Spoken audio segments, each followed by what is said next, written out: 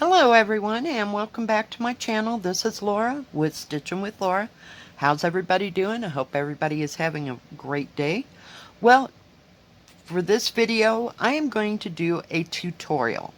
I have been getting a lot of questions about the sewing method. People can't get it, or they got it, or just we're going to go over it. Okay? So what I've got is a piece of 14 count Aida.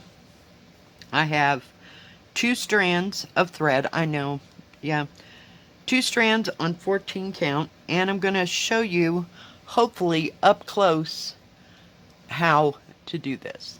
I may have to back it out just a teeny tiny bit. All right, so we've come up, as you can see, and you have a square. You have 3 holes right here. So we have the 4th hole where we came up, right? So when I do the sewing method, I'm going to go diagonal to this right here, to this top hole. So it's the top left. Now my legs, not everybody sews that way. They go top to the top right first, but this is the way I do it. You can switch it around however, it works for you. Okay, so we're going to go in the top left hole. Let me see if I can get I may have to do this 2 or 3 times. Okay, where are we? Okay, I'm in the top left hole, and I'm going to go to the bottom left hole, like so. So if you're holding your material this way, can everybody see that? Then I'm going to pull the thread through. Now, I have to do my crossover, so I have my first cross. Then I'm going to go to the top right, and now I'm going to start the next square over. So I want to be in the top left again. I'm going through the top right, over, just like that, to the top left, and I'm going to pull it through. And that completes your X. And you're all in position to do, sorry, trying to get it to be light. Come on, be lighter. All right. So now we're going to go to the bottom right and cross our needle through to the left-hand corner, the left bottom, and we've made a continental stitch, which is sideways. That's your first leg. Now we're going to the top right, and we're going to slip underneath the stitch that will be completed to the next top square hole, which is the top left, and pull it through. Then we go to from top left to bottom right, slip the needle underneath to the edge of the square, which is your bottom left, and pull through. Now we're at the top again, so we're at the going from the bottom left to the top right, sliding under the entire stitch you just finished to the top left part of the hole. And I'm trying to go very slow. I should have had maybe a shorter thread. Now we're going to from top left to bottom right, over to the next available hole, and pulling. Continental. We used to use a continental cut on our sandwiches. So I hope that I'm going slow enough. We're going from the bottom left to the top right, underneath the stitch you'd completed into the top left of the next stitch. Sorry for Molly. I don't know what she's barking at. Now we're at the thread is at the top left to the bottom right, sliding under this individual stitch. I hope you can see it okay. And pulling through. We're at the bottom left to the top right, under the stitch you just completed, into the next stitch, top left,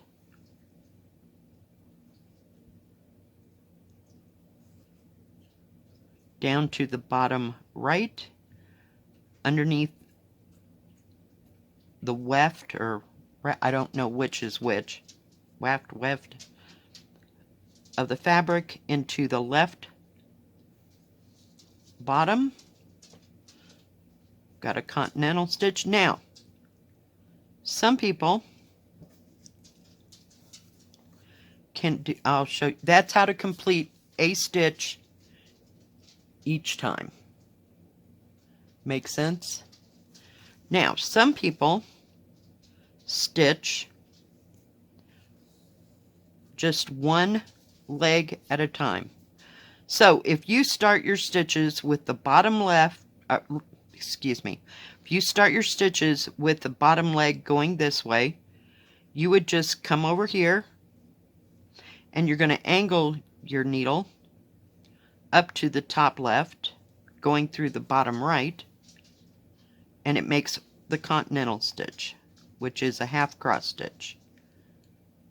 You angle it sideways to the top left of the next stitch. If you want to do each one individually. A lot of people do that.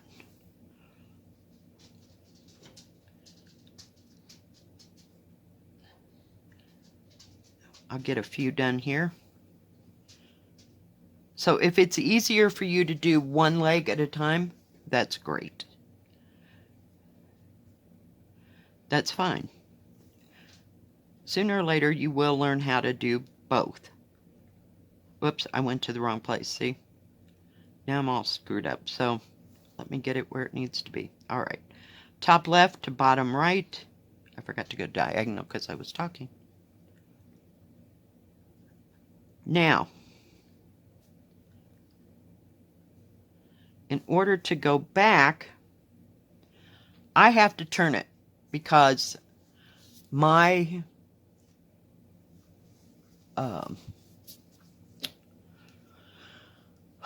my wrist doesn't bend that way.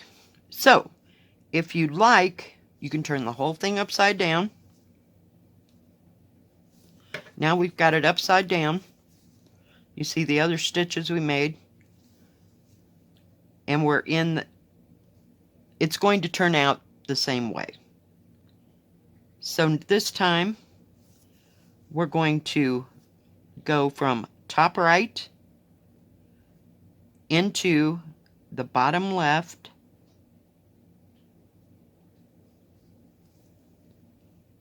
we've completed that stitch. Top right, to top left. See, it's harder for me to do it that way because you're switching. Do you see that? I go to bottom left to bottom left on the next stitch, but when I come up, I have to go through the top right. So it's just easier for me to do it and complete each stitch.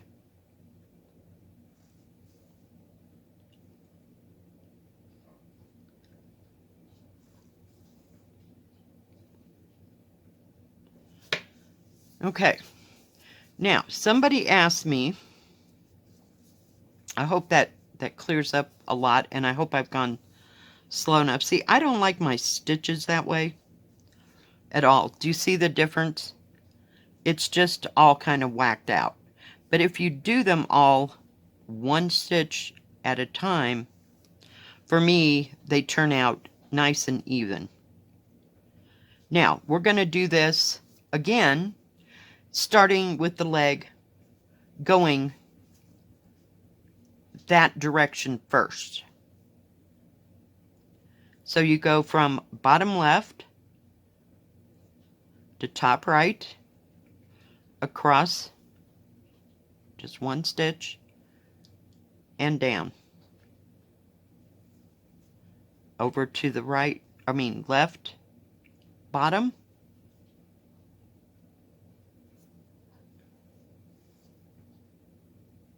and down.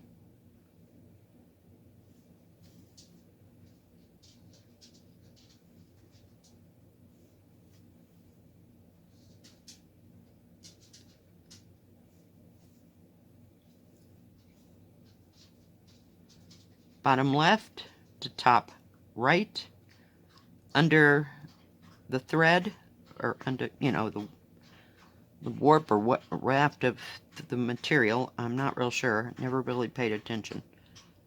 So you're in the top left-hand corner, going to the bottom right-hand corner. Across to the next one, you'll end up at left bottom. We're going to go into right top, over to top left, and then come across, going underneath from the corner, the same corner, the left corner. Oh, phooey. From the right corner to the bottom left, go to the top right, under the material to the next opening on the left top, drawing across and down. We're going to go across the finished one to the next thread, coming out, going to the top right, under the material to the next hole, which is top left, and pulling. So you see how that makes the thread on your bottom end up, let me just, whoops, sorry, crap.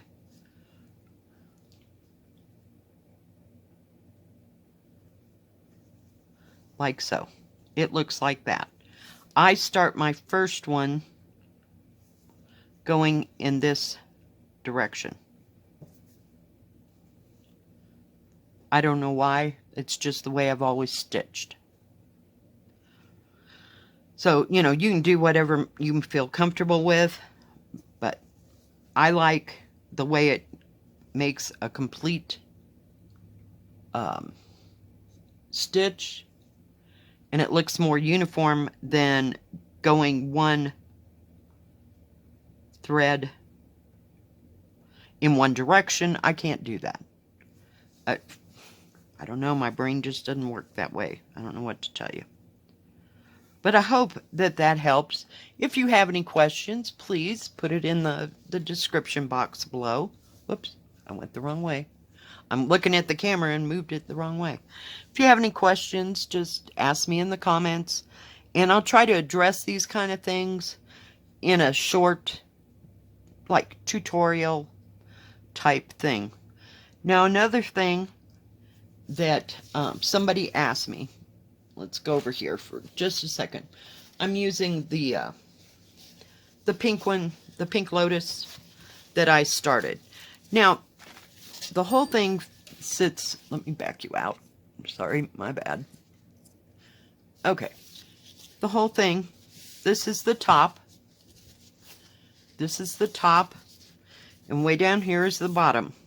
And I usually always start on the side because it's easier for the camera to see and easier, you know, for me to show everybody, right? So I've turned it a quarter turn. I need a drink. Hang on just a second. I've turned it a quarter turn, and I know that this is the upper right hand side. I thought we were crooked there for a minute. I got freaked out. This is the upper right hand side. So my legs, bring it down in.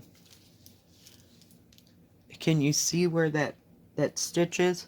That's my first direction. So it's still, now this way it'll be going the other way that I showed you. But I know that in the end, as I turn it, let me put that down, it's going to be going in the proper direction that I like it to be. Can you see that? I don't know. There we go. Let me hold it real still. But see how my thread is going in that towards the left, the way that I do all my stitching. But that's just me. You can go in the other direction. That's the way books probably show you. I have no idea why I started that, but, and it's not like I have to continue. I could change it any time because I can do what I want to do, right? There's no stitchy police, but the question was, okay, if I turn it this way, I think the question was, how would you stitch from the other direction? Now, when I stitch on pre-stamped cross stitch, let me just back you out just a bit. I stitch in lines like this. So my lines go like that for the most part, unless it's just one or two or whatever. But I will start at the top, go to the bottom, go from the bottom, go to the top, and just keep going this way instead of up and down this way. And my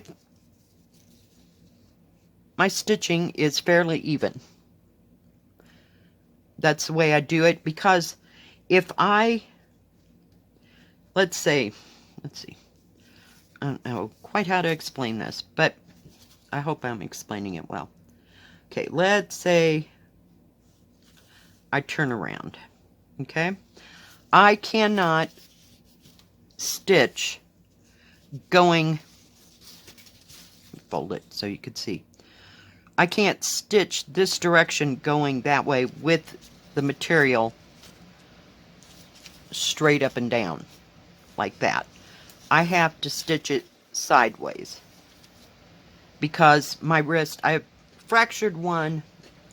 I broke this one, and this one, it had like spider, I don't know what you call it, spider fractures or something like that. It wasn't cracked completely in half or anything, but my wrists don't move that way.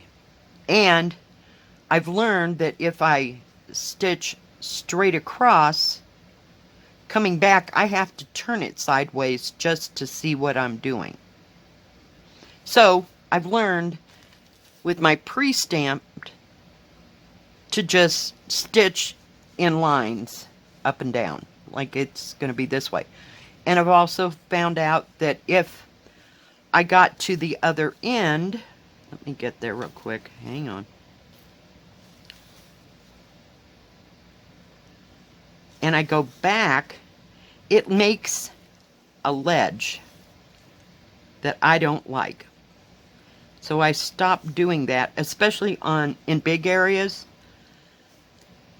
And I've heard, I think it's Brenda and Lora, you know, the cereal starter, when she does big areas, she only does like 6x6 area and then goes on. She doesn't go all the way down and all the way back and all the way down and all the way back because it leaves ridges whether you're stitching left to right or right to left. And I thought it was just me. So I've just learned to do, okay, so now I'm back. Now, theoretically, I could stitch from this direction. I don't want to be there.